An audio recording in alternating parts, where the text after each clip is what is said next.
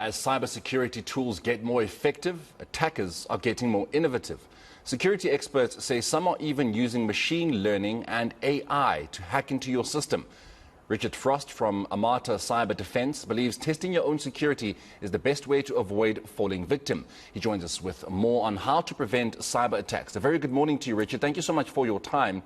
So what are the telltale signs that an organization has been infiltrated by a cyber attacker? Good morning. Yeah, I think the biggest issue we're finding these days is that organizations are only finding after the attack that they've actually been breached. A lot of the times your ransomware will encrypt your machine, and only then will you know that you've been breached. Ransomware, a lot of people don't know this, but it can actually sit in your environment for quite a long time, over 300 days sometimes, just working its way around, looking for machines to infect, stealing data, and only then does it encrypt. So the idea now is to become a little bit more proactive and actually start doing an active threat hunt to actually find these attacks before they take control of your machines. You've mentioned a threat hunt. Is that one of the best defense mechanisms against cyber attacks? And if it's one of them, what may be the others? I think from a being proactive perspective, the active threat hunting is a good way to start. What we do is we start looking for signs in the environment that an attack is taking place. We have ways of collecting log information from different devices, be it the endpoint or from the network. And we probe the network traffic, looking for things in the network that shouldn't be there. And once we establish that there is an attack, we can start going down further into the environments and actually looking at how to rectify it, how to roll back out of the attack.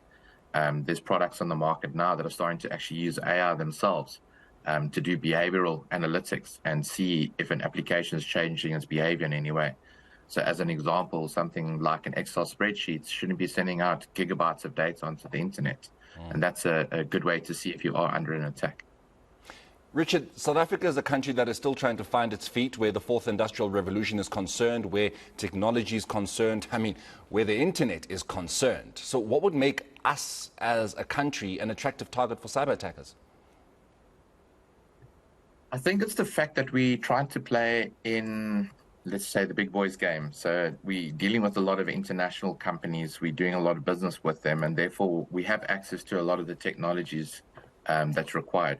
We're also going through our own digital revolution where we're becoming more online. A lot of our data that used to sit on the company premises is now sitting in the cloud. Where we are lacking, though, is the ability to protect that. So while the solutions may be available to us like they are globally, we're not implementing those solutions as effectively as some of the larger organizations. I think as well, if you look at the cost of these solutions, especially because a lot of them are developed internationally, bringing them into South Africa becomes a lot more expensive. So I think companies just can't afford to be as advanced in cybersecurity as a lot of our counterparts are around the world, especially in the North America and Europe. So what are we? We're basically just a pathway to cyber attackers trying to hit more advanced, more developed countries. Is that they're not really coming to us to try and maybe, bleed us of any money that they may think we have. They're actually just trying to get to the guys we are doing business with. So essentially, and I'm not trying to make it seem like that's the case, but you would have a Russia or a China trying to get to a United States through South Africa. I would say that's part of it.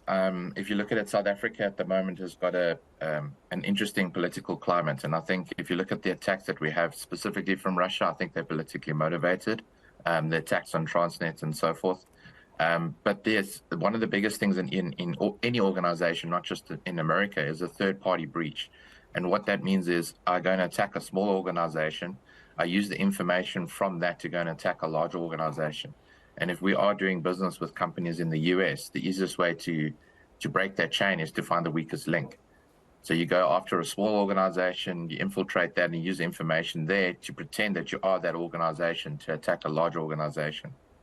And we've seen that with some of the attacks locally as well, where a third-party supplier has been the reason why a large organization has been breached.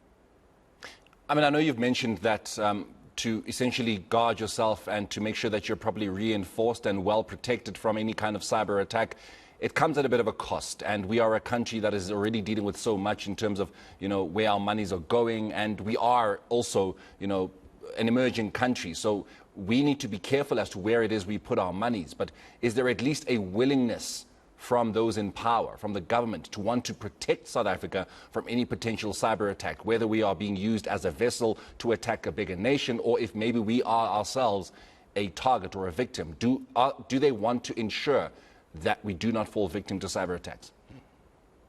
So I think where corporate South Africa has an advantage over government is the ability to move quickly. I think some of the processes and procedures, procurement procedures, maybe slow down the ability for companies to protect themselves. It also means that you can bring in a consultancy firm that can analyze your environment and determine, based on your business, where's the best place to protect you. So for an example, if you're a retailer and you've got a lot of point of sales devices, you want to be able to protect the financial information there from being stolen, because you're going to have clients' information, you're going to have your monetary value, your turnover per day. Whereas if you're in the motor manufacturer, you probably got more industrial automation that you want to protect. So sabotage against what's known as OT, operational technology, would bring down the manufacturing plant. So they would want to focus their efforts more on protecting the production line. And a lot of cybersecurity companies are now coming in. They're actually looking holistically at the companies and saying, let's invest in these areas to give you the best protection. You also think about the effects of COVID and the hybrid workforce. A lot of users are still actually working from home. So in the old days, you had a firewall, you sat behind the firewall at the company. Now you've got your users that are sitting at home and working. And then you've got the added disadvantage of load shedding, forcing those users to now go into coffee shops to go and use free internet. And that's adding another risk. And that's also allowing attackers to attack in a different method. So I think, we have to keep adapting to the different changes in cyber attack, but also our environments and how we've been impacted by other external forces like load shedding, like COVID, and so forth. How vulnerable is a government, for example, if the attacks are coming through like a personal situation? I don't know if I'm articulating myself right, but how vulnerable would my government be if cyber attacks are happening to me on a personal level? I mean, is it just me that is in trouble, or can a greater institution that is the government or any other corporations in the country also be at risk if they're hitting individuals, random citizens? Yes, I think it's actually more the reverse. If you're hitting a random individual, unless they've got access to financial records or something within government, they don't pose much of a risk. But if a government organization, let's say like a municipality, was breached, you could now start sending out fake invoices from the municipality to people that are utilizing their resources. You could get an electric account that says you owe 1,000 Rand, please pay it into this account, and the account details are incorrect, and you're actually paying it over to a threat actor or hacker. You as an individual pose less of a risk to an organization unless you're doing business with them. So again, it comes back to that third party, and it becomes, that supply chain risk. And what companies should be doing, especially government, because a lot of the hacks that governments have had have also resulted from smaller entities that they work with being breached, and they've used that as a door into government. So as an example, if you are dealing with a third party and they're not up to a specific cybersecurity standard that government is, you could become trusted by that organization. So I'm just going to throw out a name. So let's say DOJ. We all know that there was a breach there.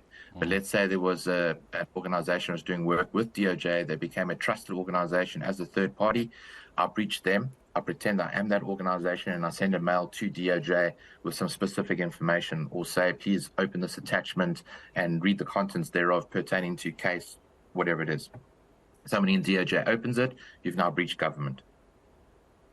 All right, Richard, thank you very much. Hopefully this is something that, gains a lot more focus, gets a lot more attention, at least from government, with everything else that they are dealing with at the moment, and that we do try and, strengthen our cybersecurity in South Africa. That is cyber expert Richard Frost, of course, just letting us know about, the vulnerabilities that South Africans face, or even the world over, in terms of cyber attacks. There is always somebody looking to attack us in some way or another. So we always need to make sure that we are guarded.